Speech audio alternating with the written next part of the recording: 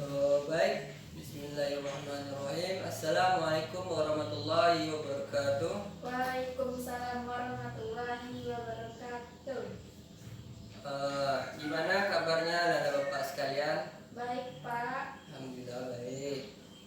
Nah, apakah anak bapak sekalian semuanya hadir? Hadir semua, Pak. Alhamdulillah hadir semuanya. Nah, sebelum kita masuk pada materi kita pada pagi ini, apakah anak bapak sekalian ada yang mengulang materi sebelumnya? Ada, Pak. Ada, rajin ya anak bapak sekalian. Nah, materi kita pada pagi hari ini yaitu tentang dakwah Nabi secara sembunyi-sembunyi dan secara terang-terangan. Nah, di sini Bapak mempunyai PowerPoint untuk mempermudah Bapak sekalian dalam proses pembelajarannya. Nah, sesuai dengan judul materi kita pada pagi ini yaitu tentang dakwah Nabi secara sembunyi-sembunyi dan secara terang-terangan. Yang pertama kita masuk kepada dakwah Nabi secara sembunyi-sembunyi.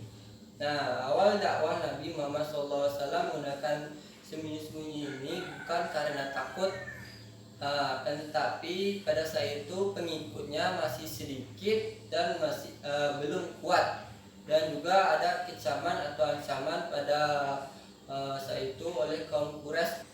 Nah, pada periode sembunyi-sembunyi ini Nabi Muhammad dalam menyiarkan agama Islam yaitu mempunyai cara, yaitu menyiarkan agama Islam kepada orang terdekat seperti keluarga dan sahabatnya. Nah, di sini orang pertama masuk dalam Islam yaitu pada golongan wanita yaitu Khadijah bin Khalid. Itulah perempuan yang pertama masuk dalam Islam.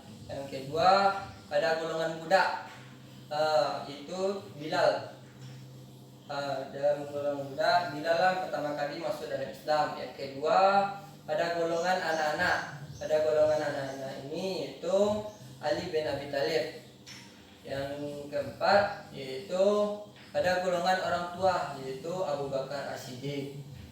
Nah, itulah orang pertama masuk dalam Islam dalam dakwah Nabi pada periode sembunyi-sembunyi. Nah, selanjutnya tujuan dari dakwah Nabi Muhammad SAW pada periode sembunyi-sembunyi yaitu agarnya bangsa Arab pada saat itu meninggalkan kejahiliannya dalam bidang agama, dalam bidang hukum.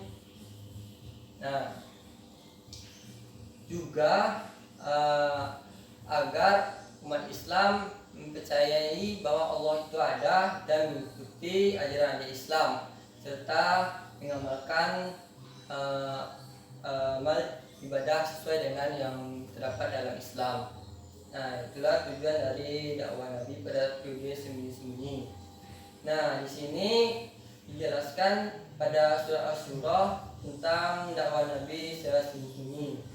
Nah, tolong pada Bapak bacakan surah Asy-Syura ayat 154.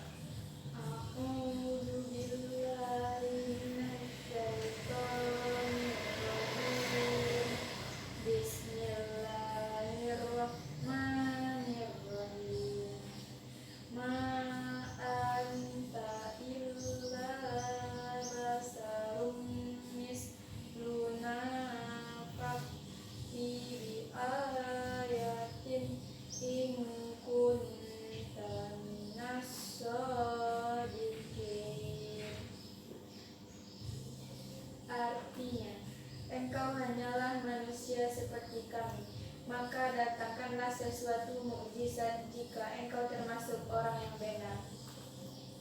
Nah, terima kasih kepada Bapak telah membacakan ayat tersebut. Nah, di sini Bapak akan isi sedikit dari bacaan Bapak. Bacaannya telah bagus, akan tetapi tolong diulang-ulang lagi ya di rumah. Baik, itulah ayat yang menjelaskan tentang dakwah Nabi pada periode sembunyi. Nah, pada ayat tersebut yaitu pada terjemahannya kamu tidak lain melainkan seorang manusia seperti kami, maka datangkanlah sebuah mukjizat jika kamu memang termasuk orang-orang benar. Nah, di situ kaum kafir Quraisy tidak percaya bahwa dakwah Nabi tersebut.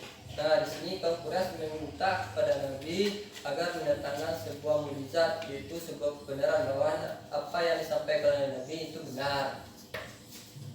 Nah, itulah tentang dakwah Nabi secara sembunyi-sembunyi. Apakah Bapak ada pertanyaan? Tidak, Pak. Baik, jika tidak, kita masuk kepada materi kita selanjutnya, yaitu tentang dakwah Nabi secara terang-terangan. Nah, pada awal dakwah Nabi secara terang-terangan ini, datanglah sebuah mukjizat yang memerintahkan Nabi Muhammad SAW agar menyiarkan agama Islam ini secara terang-terangan, yaitu terdapat pada surah Al-Hijr ayat 194. Nah, tolong kepada Bapak bacakan surahnya. A'udzu billahi minasyaitonir rajim. Bismillahirrahmanirrahim.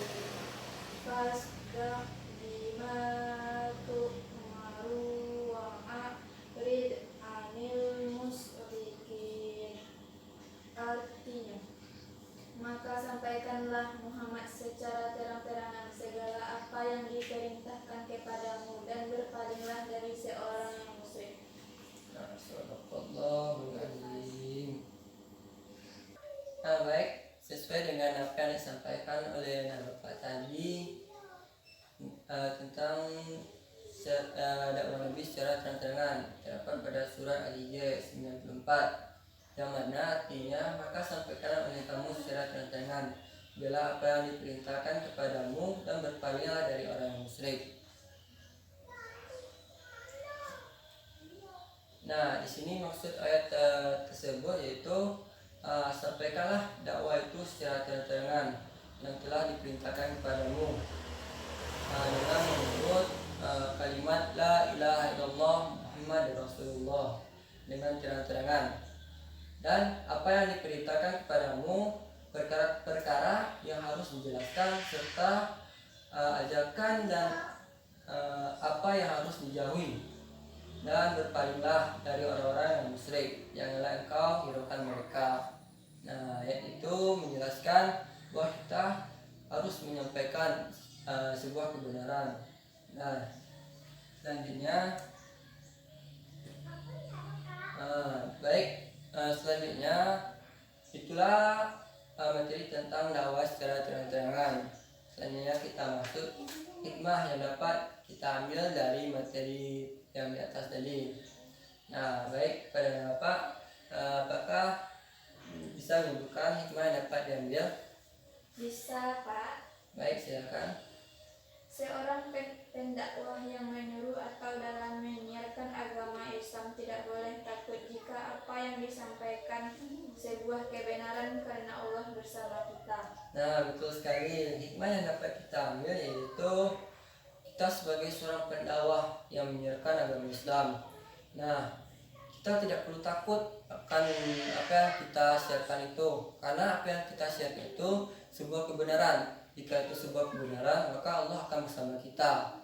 Nah, baik, itulah hikmah yang dapat kita ambil dari materi kita pada pagi hari ini. Kita tutup dengan mengucapkan Alhamdulillah. Alhamdulillahirabbil alamin. Nah, sebelum kita bubarkan kelas ini, Bapak akan kembali kepada Bapak sekalian untuk membaca materi-materi setelah ini atau minggu depan. Oke, Pak. Baik, terima kasih. Kita bubarkan kelas.